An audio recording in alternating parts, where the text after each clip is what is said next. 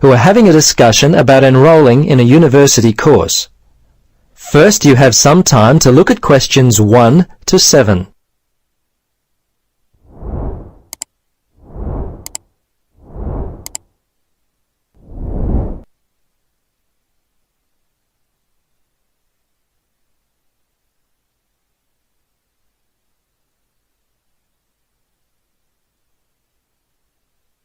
Now, listen carefully and answer questions 1 to 7. Registrar's office, this is Pam. Yes, hello. I'm calling about enrolling to study at the university. This is the right number? Yes, this is Mitchford University admissions. What would you like to know? Well, basically I need to know what I have to do to be enrolled as a student. You see, I'm currently studying education at another school. I've just finished my first year, but I'm not really enjoying it. I think I'm more interested in accounting.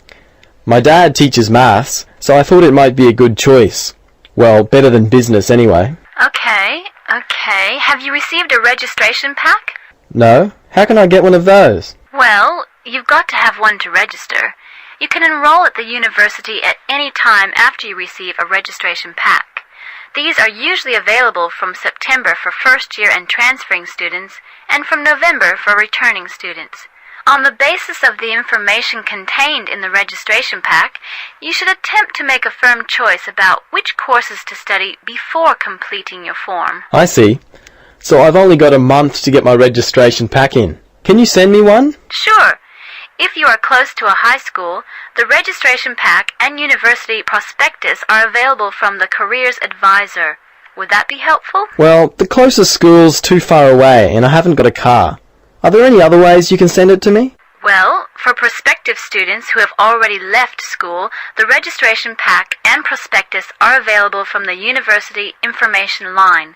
But that might not be of help for you? No, not really. I'll tell you what, why don't you give me your contact details and I'll send a pack out to you. At least that would be a start. Okay, sounds good. Right. Firstly, what's your name? Richard Dreyfus. That's D-R-E-Y-F-U-S. Your address there, Richard? Unit 12, 15 Sportsman Avenue. That's S-P-O-R-T-S-M-A-N, Mermaid Beach. 4554. And your telephone? Yes, I won't give you my home. Mobile's best. 0414. Hang on a minute, I don't call myself usually. I think it's 0414 658 339. Yes, that's it. Okay, now, do you have email? Yes, I do. It's Dreyfus, my last name, at igo. That's IGO.com. All lowercase letters, of course. Before you listen to the rest of the conversation, you have some time to look at questions 8 to 10.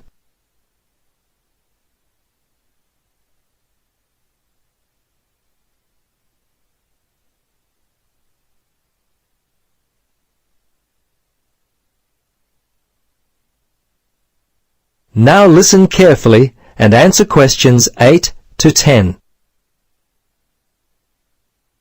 Okay, that looks fine. Now, do you have any questions for me? Yes, I've got a friend who is interested in studying at the university. I'm not sure what would be the best way for him to register. Can you give me some suggestions? Sure, there are 3 ways to register.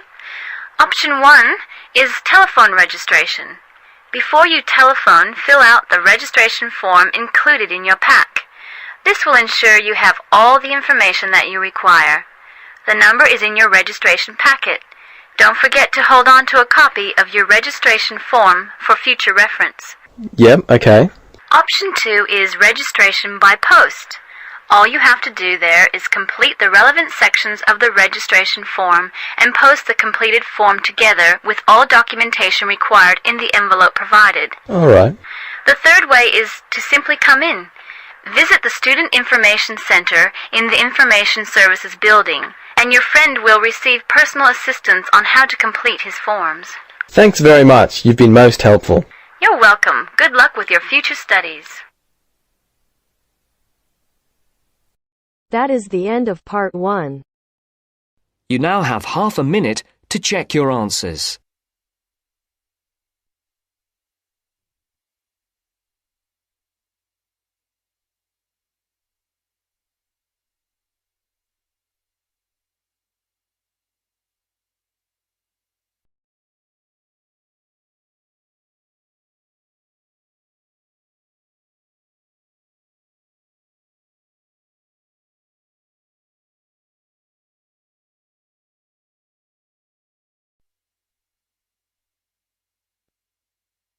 First, Now you turns to have some part 2. time to look at questions Part 2. 11 to 16.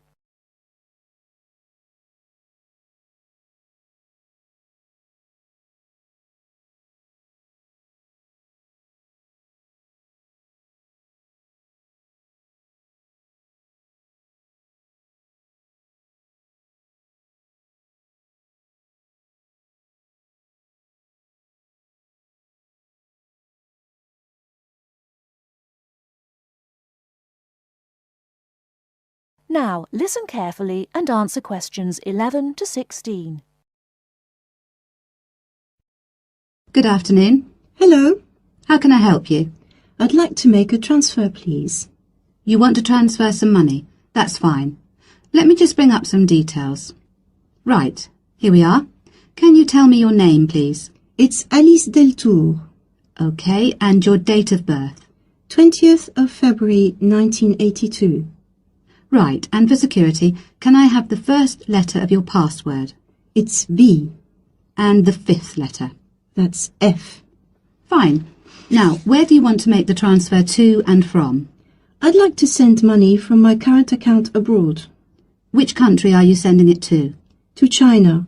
My boyfriend is on holiday there, and he's run out of money. Oh dear. China, okay. Now, there are several ways to do this.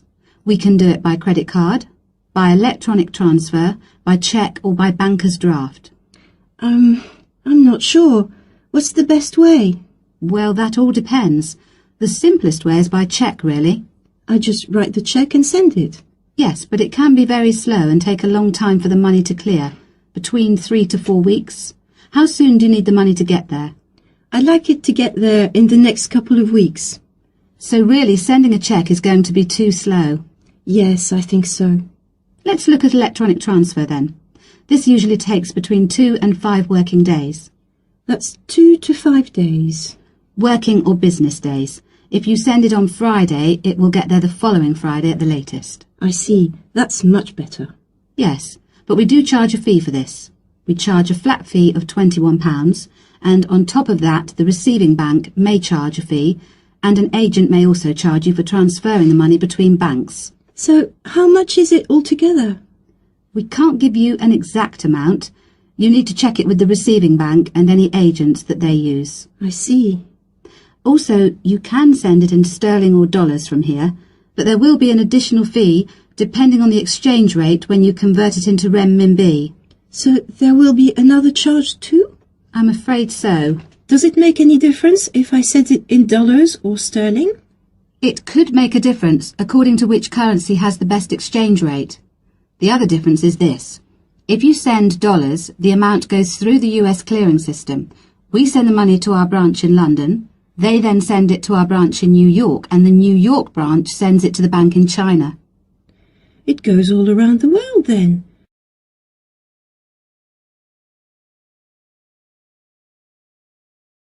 Before you hear the rest of the talk, you have some time to look at questions 17 to 20.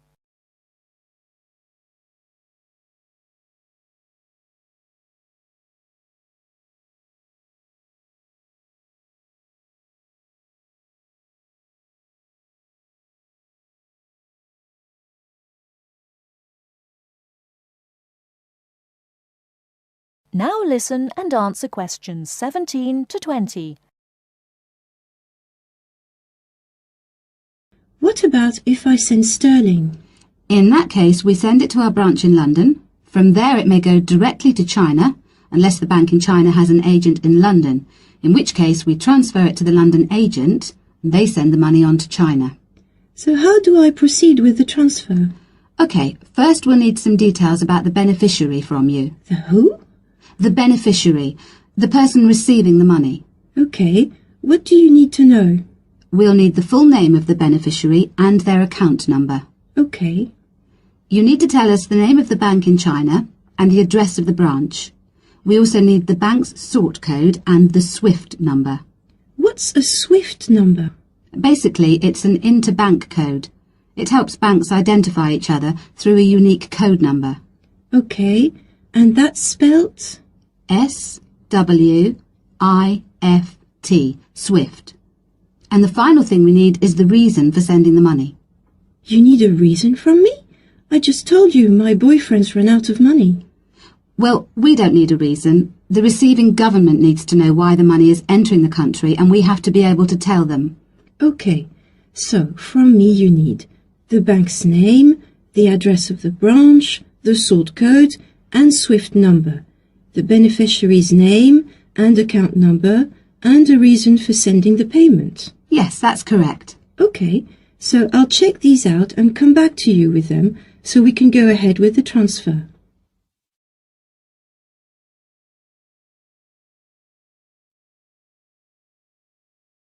That is the end of part 2. You now have half a minute to check your answers.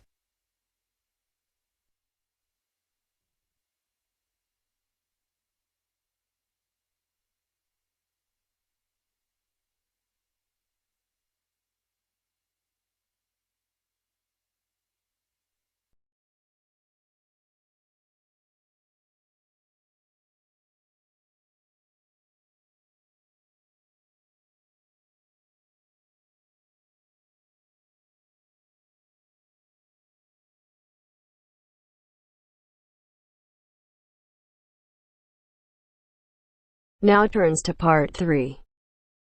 Part 3. Hear an interview conducted by an interviewer Spiegel with the scientist Peter Piot, who discovered Ebola, a dangerous disease. Both of them are conversing about the disease and its origin. First, you have some time to look at questions 21 to 25.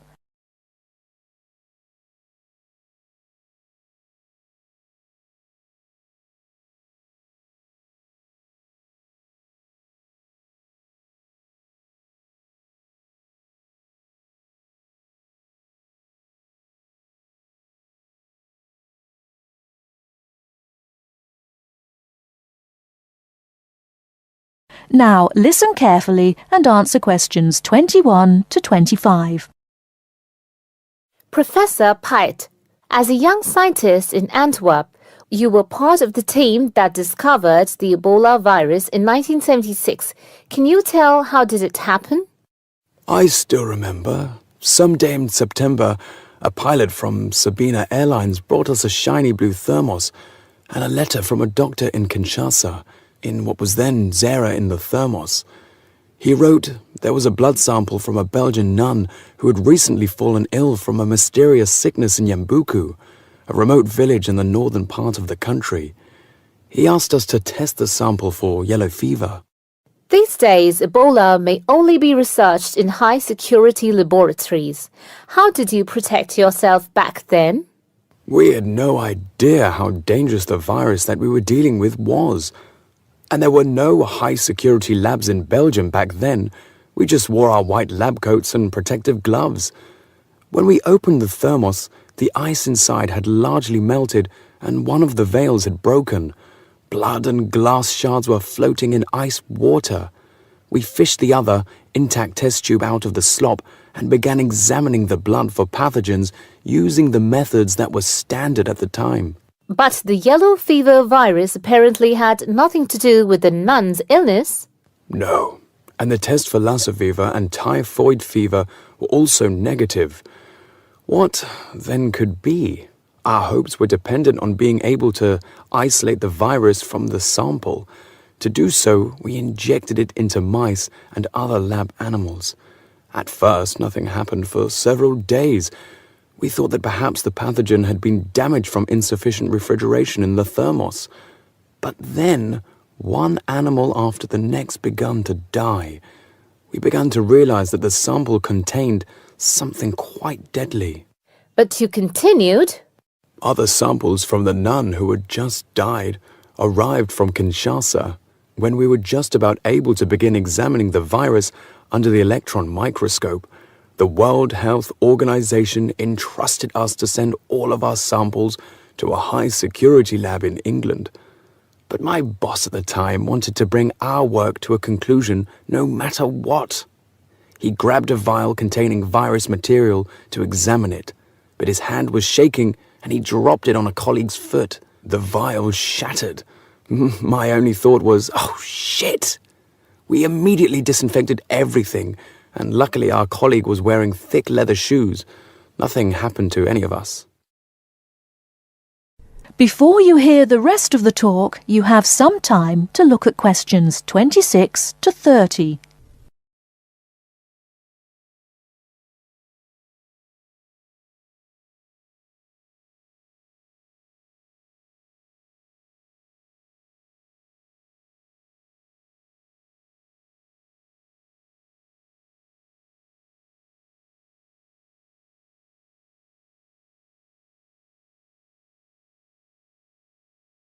Now listen and answer questions 26 to 30.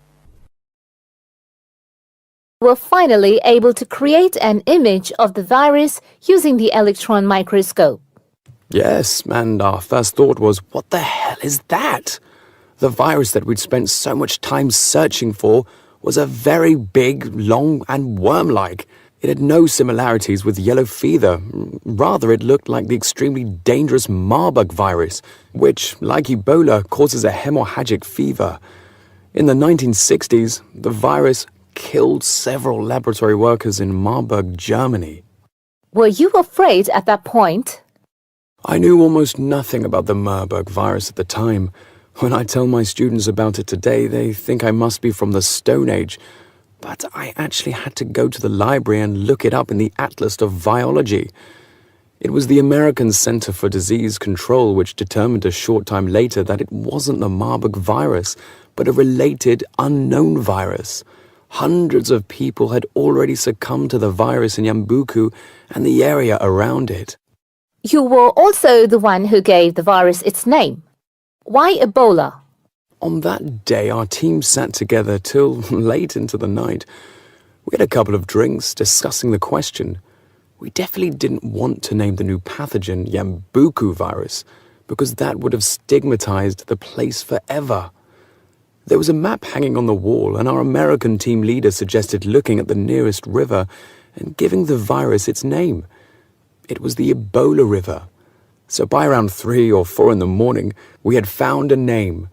But the map was small and inaccurate. We only learned later that the nearest river was actually a different one. But Ebola is a nice name, isn't it?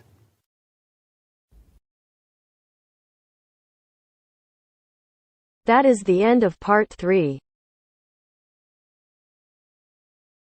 You now have half a minute to check your answers.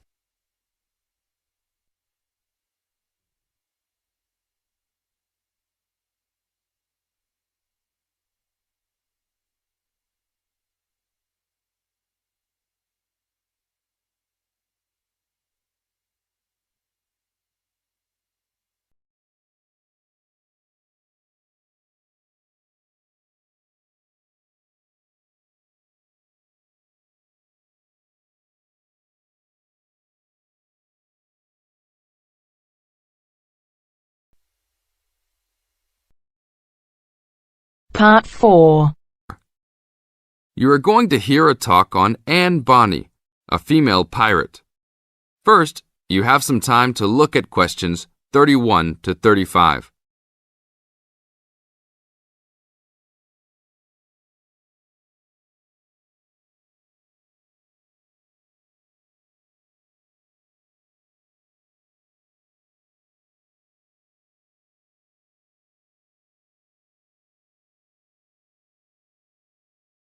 Now listen to the tape and answer the questions.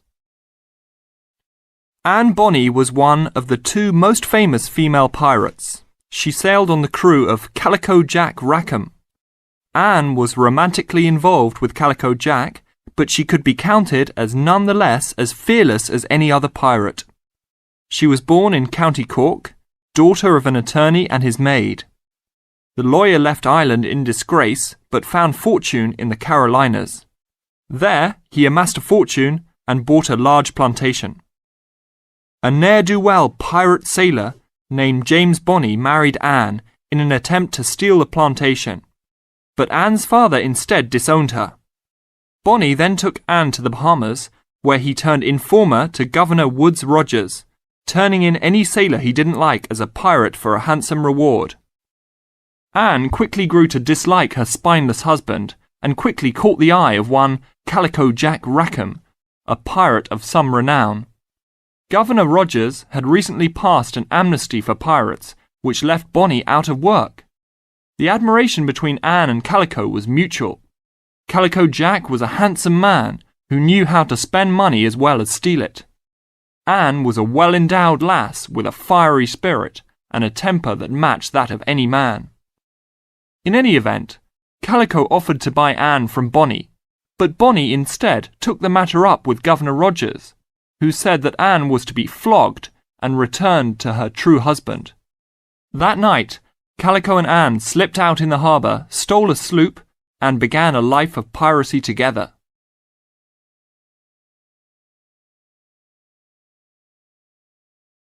Now look at questions 36 to 40.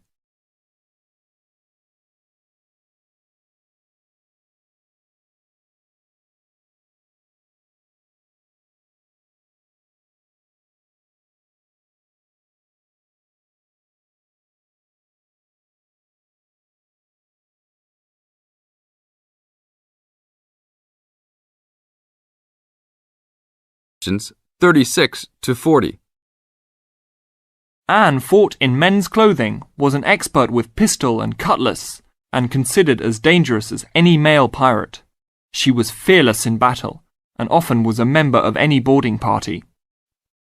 In October of 1720, retribution was close at hand. The governor of Jamaica, hearing of Calico's presence, sent an armed sloop to intervene and capture the captain and crew. Calico's ship, Revenge, was caught by surprise, and much to Anne's dismay, the pirates fought like cowards and were taken far too easily. Anne and Mary Read were also captured, but, upon capture, confessed their sex and pleaded to be tried separately after they gave birth. Both women were pregnant at the time. Both received separate trials from the men, but were still sentenced to hang. Mary Read escaped the hangman by dying from fever while in jail. Anne, however, received several stays of execution before mysteriously vanishing from official records. It is believed that her father, who had contacts in the island, forgave his daughter for her acts and ransomed her back to the Carolinas, where she assumed a new name and a new life. That is the end of part 4. You now have half a minute to check your answers.